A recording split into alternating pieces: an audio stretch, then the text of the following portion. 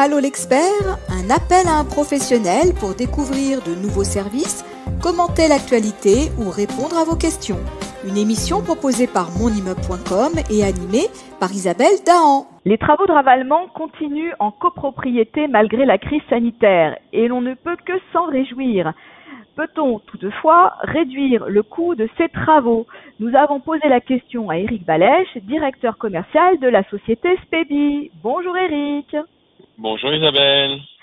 Alors ces travaux, c'est vrai que là on est dans une période un peu compliquée, mais en règle générale, est-ce qu'il y a moyen de réduire un peu le budget? Alors, il y a moyen de réduire le budget. Un des gros postes, et là c'est là où le conseil syndical, il y a un véritable échange à avoir, c'est ce qu'on appelle les installations de chantier, c'est-à-dire les bases vie, les unités de stockage. Donc là, lorsque l'on vient faire l'étude, on aime bien échanger avec le copropriétaire pour savoir si il y a possibilité d'utiliser les surfaces de la copropriété. De cette façon, on économisera les frais de voirie qui d'ailleurs sont en train de s'enflammer actuellement dans certaines villes. Donc là, si on peut économiser les frais de voirie avec la copropriété, en trouvant des accès à l'eau, à l'électricité, des stockages, ça peut être sur une pelouse, eh bien, il faut qu'on ait un vrai échange, sachant que nous, derrière, bien sûr, une pelouse, on va pas se mentir, si on fait des travaux si on s'installe sur une pelouse, sur un chantier qui va durer 6 mois, 1 an, on l'aura endommagé. Donc, nous, derrière, on restaure, bien entendu. Voilà. Donc, ça, c'est un point très important parce que ça peut monter jusqu'à 15% du coût du chantier. Ça, c'est le premier point. Ok, donc c'est noté. Donc là, évidemment, il faut avoir un espace commun, mais qui soit accessible et sur lequel on va pouvoir entreposer un certain nombre de matériaux avec possibilité aussi d'avoir des accès eau, électricité pour faire fonctionner les outils. Donc ça, c'est bon. Si on l'a, on a gagné 15% sur la facture, c'est ça. On peut gagner les frais d'installation de chantier, ça peut. Bon, alors si on l'a pas, qu'est-ce qu'on fait? Alors bon, ça. Un deuxième point. Oui. Non, alors un deuxième point. Quelquefois, il y a des locaux vacants. Vous voyez. Je vois par exemple actuellement une loge de gardien qui est vacante. Et là, eh bien, écoutez, profitons-en pour que ça puisse servir de cantonnement pour les compagnons, parce que pareil, là, ce sera une facture en moins. D'accord. Voilà. Ça peut être aussi un appartement vacant, ça peut être aussi. Ouais. Après, ça dépend avec les copropriétaires s'il y a possibilité. Voilà. Il y a un dédommagement forcément pour le propriétaire. Voilà. Alors, pas de notre fait, c'est la copropriété qui s'arrange avec le copropriétaire. Bien sûr. C'est pas moi qui vais dédommager le copropriétaire.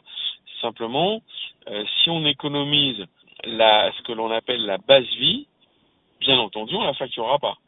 Voilà. C'est ça l'idée. D'accord. Voilà. Après, le copropriétaire, s'il veut facturer sa copropriété ou s'il veut le faire au nom de la copropriété, ça c'est autre chose. Mais là, pour le coup, là, c'est pas le sujet de l'entreprise. Ok. Voilà. On a une belle base d'économie.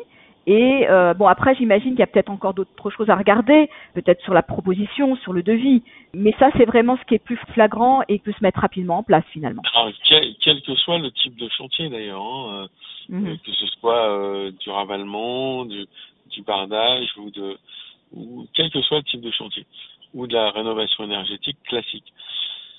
Un autre point sur lequel il y a une économie à faire, et du fait que SPEBI soit propriétaire de son échafaudeur et donc est un responsable échafaudage, on vient étudier la possibilité d'avoir des échafaudages, non pas en fixe, tubulaire sur pied, mais de vous apposer un échafaudage plateau. C'est-à-dire que c'est des poulies que l'on fixe sur les accrodaires, et là on fait une économie, ça vous diminue le coût de l'échafaudage du simple au double. D'accord. Donc, essayons, nous, avec la copropriété, de voir si on peut partir sur ça. Donc, ça fait partie de l'échange qu'on doit avoir avec la copropriété et le maître d'œuvre, là, pour le coup, bien entendu, parce que ça fera partie de son cahier des charges. Mais si on peut si on peut utiliser un échafaudage plateau, là, ça fait une somme importante à déduire. Voilà. D'accord. C'est 2 sous-postes. Ok, donc après, évidemment, je pense qu'il y a une étude de faisabilité, c'est-à-dire qu'il faut que l'infrastructure de l'immeuble s'y prête aussi, j'imagine. Voilà. C'est pour ça que là, c'est même pas le responsable études qui viendra, le maîtreur. Là, pour le coup, on fait intervenir notre responsable échafaudage qui regarde si ça sera possible ou pas. Si lui dit que c'est possible, le bureau de contrôle derrière l'acceptera. D'accord. Voilà. Et c'est rare qu'on se fasse retoquer sur ce genre d'avis, en fait. Hein. Si c'est possible, on fait. Voilà. D'accord. Bon, alors est-ce qu'on a fait le tour de la question par rapport aux économies Il y a un autre sujet. Oui, un autre sujet encore. Oui, sur lequel on peut faire des économies lorsque l'immeuble est chargé en amiante. D'accord. Voilà. Il y a de l'amiante. Profitez de faire votre ravalement pour que le désamiantage soit fait par cette même entreprise de ravalement. D'accord. Donc, il faut prendre une entreprise qui soit qualifiée, parce que l'entreprise qualifiée en désamiantage va faire en sorte de vous diminuer le coût du désamiantage de façon à ce que les travaux puissent malgré tout se faire. D'accord. Alors, quand on a choisi son entreprise, normalement, on a fait ce diagnostic avant chantier au préalable, c'est ça. Donc, on sait déjà s'il y a de l'amiante ou pas. La réglementation dit que au moment de l'appel d'offres, les entreprises doivent savoir s'il y a ou pas de l'amiante. Donc, ils doivent disposer du diagnostic. Donc là, c'est là que ça se joue. C'est-à-dire que si on sait qu'il y a de l'amiante, il vaut mieux préconiser une entreprise qui déjà a en son sein un service dédié et qui pourra peut-être faire le tout en un, c'est-à-dire s'en occuper aussi au même titre que le ravalement, mais peut-être avec des coûts moins importants. Oui, parce que, bien entendu, les travaux seront optimisés entre le ravaleur et le désamianteur. D'accord. Donc peut-être qu'on a une espèce d'intermédiaire en moins, quoi. On est au sein de la même entreprise, c'est ça. Exactement. Et il y a pas mal d'amiante quand même, hein, d'après ce que j'ai compris. Ça se trouve en ce moment.